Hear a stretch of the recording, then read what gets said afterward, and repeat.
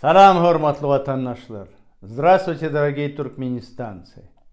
Şuun biz yurdun içine, eğer da Allah yol verip sağaman içine girip, yurt başına halk bolup gelibilsek, bizim ilki bilen etçek işimiz programa hükmüne şuna bir ağzacak, kâbir meseleleri ağzacak.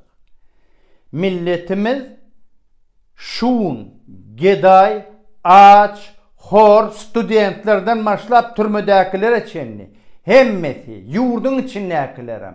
Oğurlap yaşa, dine bir tohum, şonu hemme Türkmenistan'ın bar yer assı, yer üssü balıklarına iyi olupdur.